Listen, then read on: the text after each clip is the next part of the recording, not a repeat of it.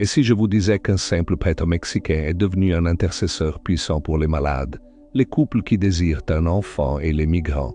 Découvrez son histoire. Bienvenue sur la chaîne Messages divins. Ici, nous partageons les messages de Dieu Tout-Puissant pour vous et votre famille.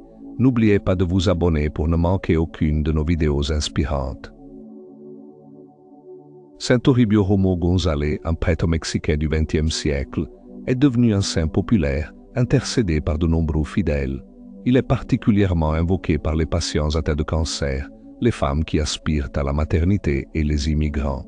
Né dans une famille humble à Santa Ana de Guadalupe, au Mexique, Toribio a grandi dans le besoin, travaillant dès son plus jeune âge pour aider à subvenir aux besoins de sa famille. Ses parents étaient réticents à l'idée qu'il entre au séminaire, craignant de perdre ses bras qui étaient essentiels pour le travail agricole. Cependant, sa sœur Maria a soutenu sa vocation, travaillant à sa place dans les champs pour financer ses études. Il entra au séminaire à l'âge de 12 ans, mais manquait de moyens pour acheter des livres. Grâce au dévouement de sa sœur, il put persévérer et fut ordonné prêtre 10 ans plus tard. Dès son ordination, le père Toribio se consacra à la catéchèse, organisant l'action catholique, enseignant le catéchisme aux enfants et surtout, aidant les pauvres et soutenant les travailleurs. Malheureusement, son ministère fut interrompu par la persécution anticléricale qui sévissait au Mexique dans les années 20.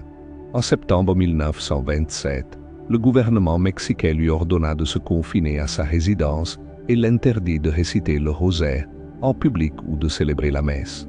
Malgré cette oppression, il fut nommé curé de Tequila, où il dut devenir un prêtre clandestin baptisant, prêchant et célébrant la messe en secret pour échapper à la chasse aux prêtres lancés par le général Cal. Il était connu pour son amour profond de l'Eucharistie et passait de longues heures en prière devant le Saint-Sacrement. Sa prière quotidienne était simple mais profonde.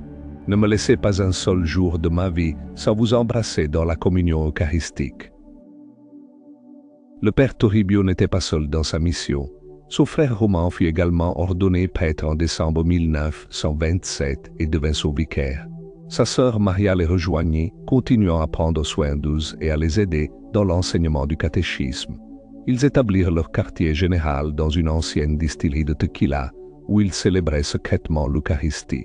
C'est là, lors de la première communion d'un groupe d'enfants, que le père Toribio trouva la force de dire « Jésus, accepteriez-vous mon sang pour la paix au Mexique ?»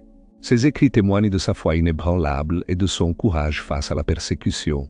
Il décrit les nombreuses fois où il a dû fuir, se cachant des persécuteurs, parfois même enterré pendant des jours dans des fosses étroites et insalubres, ou exposé aux intempéries en haute montagne.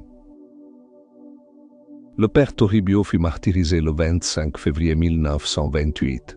À 5 heures du matin, il fut réveillé par un groupe armé dirigé par un propriétaire terrien local. On le dénonça comme étant le prêtre et un soldat lui tira dessus. Il se releva, fit quelques pas hésitants, puis s'effondra dans les bras de sa sœur qui, en larmes, s'écria « Courage, père Toribio, Christ miséricordieux, recevez-le. Vive Christ roi !» Son corps fut exposé au mépris de ses assassins, mais les paroissiens purent le récupérer et lui donner une sépulture digne le lendemain, un enterrement qui ressemblait à une canonisation populaire. Peu de temps après sa mort, des miracles commencèrent à se produire sur son lieu de sépulture. Les patients atteints de cancer, les femmes qui désiraient des enfants et les immigrants se rendaient en pèlerinage pour lui demander son intercession. Même des personnalités célèbres venaient à sa tombe, attirées par la Toribiomanie dont parlait la presse mexicaine. 20 ans après son sacrifice, les restes mortels du père Toribio Romo furent ramenés à son lieu de naissance. Ils furent déposés dans la chapelle qu'il avait construite à Jalostotitlan. Saint Jean-Paul de Romais le béatifia le 22 novembre 1992 et le canonisa le 21 mai 2000.